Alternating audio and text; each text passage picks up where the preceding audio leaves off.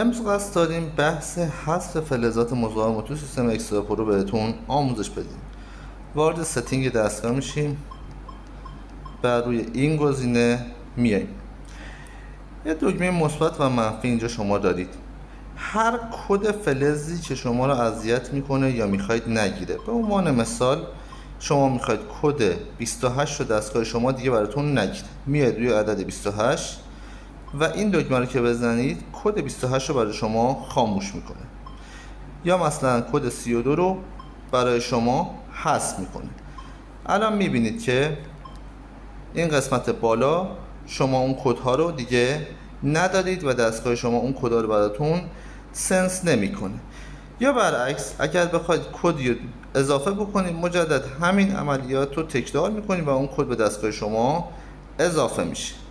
موفق و مؤید باشید.